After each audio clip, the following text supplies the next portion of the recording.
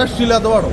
പിന്നെ ആളുടെ സ്ലാങ്, അതായത് സംസാര ശൈലി, അത് മറ്റേ മമ്മൂക്കൊക്കെ ചെയ്യണ പോലെ കാസർഗോഡ് സ്ലാങ് ഒക്കെ പിടിച്ച അതുപോലത്തെ രാജമാണിക്യം ഫീലില്ല. പക്ഷെ മാസാണ് ആളുടെ ഡ്രസ്സിങ് സ്റ്റൈലും, അതുപോലെ ഫുള്ള് ഗോൾഡ്, ആളുടെ എൻട്രി കാര്യങ്ങളൊക്കെ അടിപൊളിയൊക്കെ ഉണ്ട്.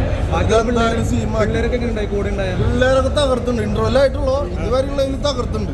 അതുപോലെ ഇന്റർവെല്ലിങ് പഞ്ച് അതൊക്കെ പൊളിച്ചിട്ടുണ്ട്. പിന്നെ ഇടി, അതുപോലെ സ്റ്റണ്ട് മേക്കിംഗ് ഒക്കെ ഇതുവരെ കാണാത്ത മേക്കിംഗ് ആണ്.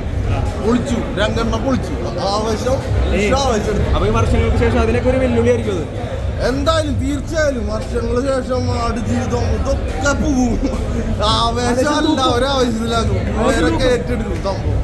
പൊളിച്ചു, തകർത്തു. രംഗണ്ണ എങ്ങനെയുണ്ട്?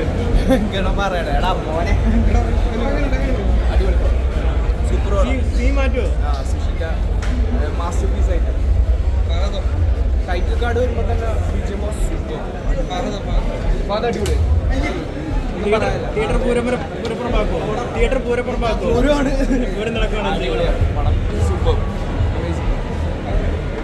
ആവേശം എങ്ങനെയുണ്ട്? രംഗണ്ണ എങ്ങനെയുണ്ട്? തിയേറ്റർ പൂരപ്പുറമാക്കിയോ? മാസ് ആക്ഷൻ കോമഡി അതാണ് പടം. അത് എന്റർടൈൻമെന്റ് ചെയ്യാനുള്ള എല്ലാം സംഭവം ഈ പടത്തിലുണ്ട്. ഒരു തരി ലാഘവം എനിക്ക് തോന്നിയില്ല ഇതുവരെ. ഫസ്റ്റ് ഹാഫ് ഒരു തരി ലാഘവം തോന്നിയില്ല. അതായത് അതിൻ്റെ പെർഫോമൻസ് ഉണ്ട്, ഒന്നിനൊന്ന് മെച്ചം. അത് എന്താ പറയുക, അതായത് അടുത്ത പെമ്പർ കിറ്റ് ഉറപ്പാണ് കാര്യം. Sure show